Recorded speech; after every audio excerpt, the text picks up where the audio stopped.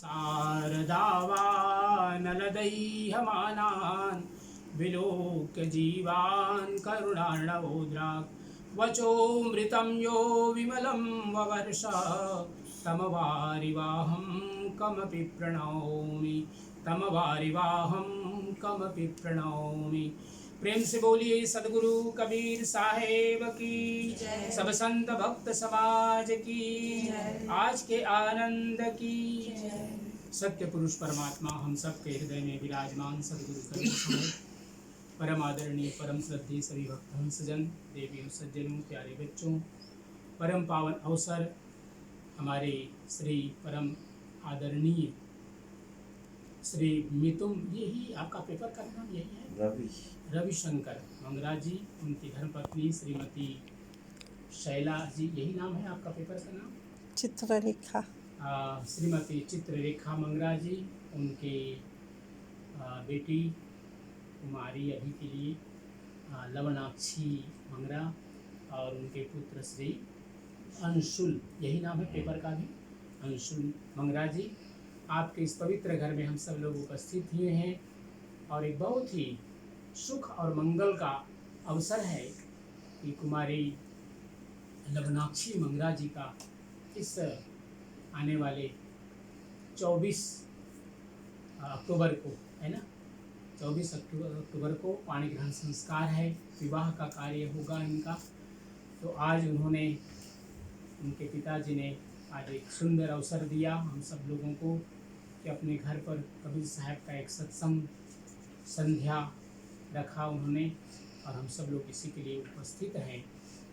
हम सब जानते हैं कि कुमारी लवणाक्षी बचपन से ही, मेरा सौभाग्य रहा कि पिछले, अभी मैं समझता हूँ आपका 23 वर्ष ऐसा कुछ हुआ होगा, 23 से 24 साल, तो बचपन से आप जुड़े रहे हैं, क्योंकि आपके नाना जी कबीर साहब कबीर पंथ के महंत थे, महंत श्री कुमल साहब जी साहब।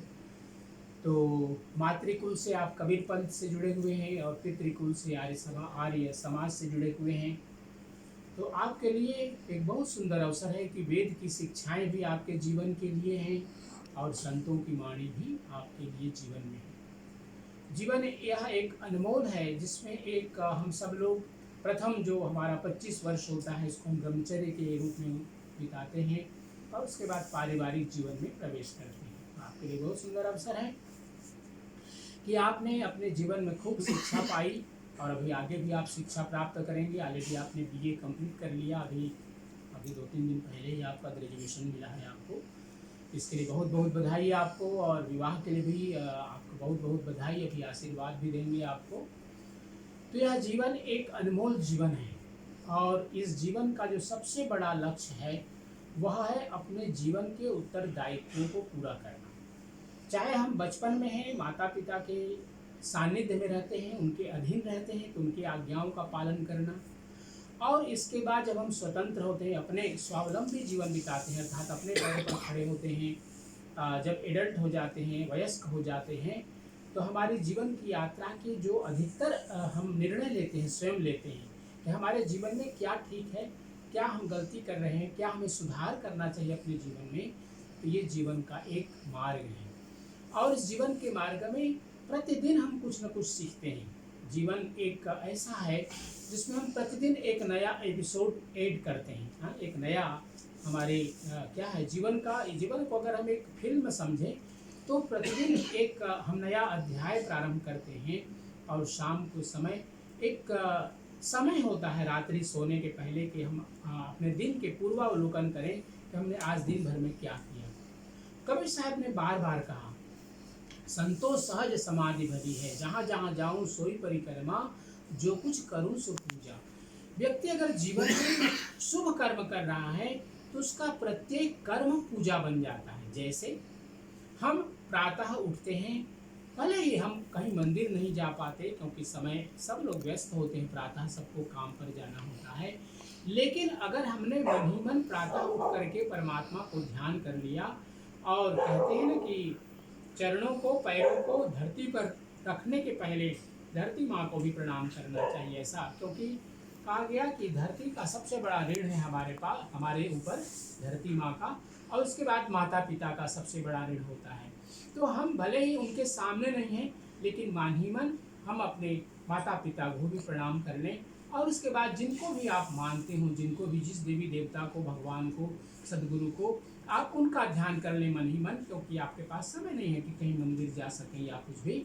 और उसके बाद अपने नित्य क्रियाओं को करके, और जो भी आपका रोजगार करते हैं, नौकरी करते हैं या घर के ही गृह कार्य करते हैं, उसमें लग जाए। तो क्या होगा, प्रथम जो आपने किया, अपने माता पिता का ध्यान किया, गुरु का ध्यान किया, परमात्मा का ध्यान किया। अब उसके बाद जो भी आप काम करेंगे, वो सभी के सभी कर्म आपके पूजा के रूप हो जाएंगे, क्योंकि आप भोजन बनाएंगे। तो आपको पता है कि भोजन पवित्र होना चाहिए, क्योंकि भोजन खाने के पहले उसको हम लोग भोग लगाते हैं। क्या कहते हैं, सत्य कहे सुख उपजे, सुकृत कहे दुख जाए, महिमा महाप्रसाद के पाओ संतो प्रेम लगाए। हम लोग भोग लगाने के पहले ये साखी बोलते हैं, सत्य कहे सुख उपजे। अगर हम भोजन कर रहे हैं तो भोजन में हम प्रयास करें कि वह सात्विक भोजन हो, क्योंकि तामसी भोजन करने से हमारे विचार भी तामसी बनते हैं। तो सात्विक भोजन कर बनाने के लिए सात्विक मन का भी होना आवश्यक है, चाहे स्वयं के लिए बनाएं, चाहे परिवार के लिए बनाएं। तो ये हमारे भोजन का बनाना परमात्मा को भोग लगाने के लिए, मान लीजिए कि आपने भोजन बनाया, तो हमारा इस प्रकार से एक एक कार्य परमात्मा की पूजा के रूप में हो जाएगा। क्योंकि परमात्मा सब जगह है, तो हमारा प्रत्येक पग का चलना क्या होगा, एक परमात्मा की परिक्रमा हो जाएगी। जहाँ जहाँ जाऊँ सोई परिक्रमा, और जो कुछ करूँ सो पूजा। कबीर साहब का एक बड़ा सुंदर भजन है, ये लंबा भजन है, तो उस पूरे भजन को न ध्यान में रखते हुए जीवन में हम सब लोगों को कबीर साहब ने इतना सुंदर और सहज जीवन दिया है, जिसमें कोई कठिनाई नहीं, लेकिन हमारे जीवन में सात्विकता का होना आवश्यक है। और सात्विक, जब हम लोग गुरु दीक्षा भी लेते हैं, मैं समझता हूँ आपके साथ गुरु दीक्षा भी हुई थी बचपन में ना, तो जब हम गुरु दीक्षा भी लेते हैं, गुरु दीक्षा का मंत्र ही यही कहता है, सत सुकृत की रहनी रहो, अजर अमर गहो सतनाम, कहे कबीर मूल दीक्षा, सत्य शब्द प्रमाण। अर्थात हम अपने जीवन में सत्कर्म करें, किसी के लिए बुरा न सोचें, किसी के लिए बुरा न करें, ये बराबर हम ध्यान रखें, सत सुकृत की रहनी रहो। और अगर हम ध्यान करें, परमात्मा का ध्यान करें, क्योंकि वही एकमात्र है जो अजर है, अमर है। वो पहले भी था, आज भी है और भविष्य में भी रहेगा। हम सब लोग पहले एक अवस्था को पार किए हैं, वर्तमान में है, लेकिन एक दिन हमारी समाप्ति हो जाएगी। तो ये जो हमारे संतों ने, गुरुजनों ने, ऋषि मुनियों ने ये बात कही है कि हम सब लोग एक निश्चित आयु लेकर के इस संसार में आए हैं, और आयु को पूर्ण करने के बाद में संसार से हमको वापस अपने परमात्मा के द्वार तक जाना है, आगे की यात्रा करना है। शरीर यहीं का यहीं रह जाएगा, क्योंकि शरीर पंच भौतिक है, शरीर बार बार मिलता है और नष्ट होता है, लेकिन आत्मा अजर है, अमर है। तो एकमात्र परमात्मा का ध्यान, परमात्मा की पूजा, गुरुजनों का सम्मान, माता पिता का सम्मान, पति के घर का, पिता के घर का, दोनों को जोड़ती है एक कन्या। कितना सौभाग्यशाली है श्री रविशंकर मंगरा जी कि उनके जीवन में एक मौका मिल रहा है कन्या दान करने का, है ना। बहुत प्रकार के दान हम लोग अपने जीवन में करते हैं, लेकिन कहा गया कन्यादान सबसे बड़ा दान है। हाँ, सबसे बड़ा दान है कन्यादान। और कन्यादान करने के बाद निश्चय ही थोड़ा दुख तो होता है, बचपन से आप उसके साथ ना बचपन में प्यार से रहे हैं, और जब उसका बिछोड़ होता है तो माता से ज़्यादा पिता को दुख होता है जब बेटी जब अलग होती है तो। लेकिन जीवन की यही परंपरा है, क्योंकि बेटी दूर भी रहते हुए वो बराबर आपके हृदय में विराजमान रहती है। ऐसे ही पुत्र आपके अंशुल हैं, एक दिन आप इनका भी विवाह करेंगे।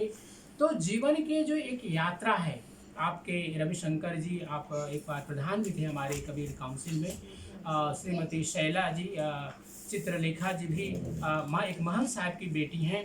तो आप सब लोगों के जीवन में इतना सौभाग्य है, और इतना सुंदर आप लोगों को अवसर मिला है जीवन में, संतों के बराबर दर्शन मिलते रहे, आप लोगों ने संतों का सेवा किया। बहुत से जो बाहर से संत लोग आए वो भी आपके घर में यहाँ पर भी आए, और मुसलमान शतांद्रे में भी आप लोगों ने उनका सेवा देख रेख किया। मुझे याद है जब भगवान दास जी साहब आए थे शायद 1994 में ना, तब आपकी शादी शायद नहीं हुई थी, तो आप लोगों ने उनका भी सानिध्य प्राप्त किया। और भी इसके पहले बापू राम स्वरूप दास जी साहब आप यहाँ कितने बार आए, उनका भी आप लोगों ने दर्शन किया, सेवा किया।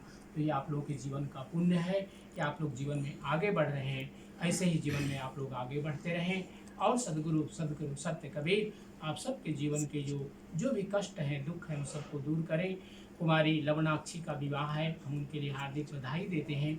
कि अपने जीवन में वो खूब आगे बढ़ें, अपने मातृकुल को, पितृकुल को, दोनों कुल को पूरा करते हुए अब उसके बाद पति कुल को भी उसको सेवा करते हुए उसको आगे बढ़ाएं, अपने वंश संतति की वृद्धि करते हुए जीवन को आगे बढ़ाएं। यही परमात्मा से, सद्गुरु से प्रार्थना करते हुए आइए अपने वाणी को पवित्र करने के लिए सत्यनाम का जाप करेंगे। सब लोग मिलकर बोलेंगे, सत्यनाम सत्यनाम सत्यनाम बोल, जय करुणामय सत्यनाम बोल, सत्यनाम सत्यनाम सत्यनाम बोल, जय करुणामय सत्यनाम बोल, सत्यनाम सत्यनाम सत्यनाम बोल, जय करुणामय सत्यनाम बोल, सत्यनाम सत्यनाम बोल, जय करुणामय सत्यनाम बोल, सत्यनाम सत्यनाम सत्यनाम बोल, जय करुणामय सत्यनाम बोल, जय करुणामय सत्यनाम बोल, जय करुणामय सत्यनाम बोल। प्रेम से बोलिए सद्गुरु कबीर साहेब की जय। आइए सद्गुरु के चरणों में 3 बार बंदगी करते हैं। साहेब बंदगी, साहेब बंदगी, साहेब बंदगी। बहुत बधाई आपके परिवार को, आपके सभी कार्य मंगल रूप से हों और अविघ्न रूप से सब कुछ पूर्ण हो। सद्गुरु से ही प्रार्थना है और आपके लिए बहुत बहुत बधाई आपके आगे के लिए। धन्यवाद। आप सबको आरती करते हैं।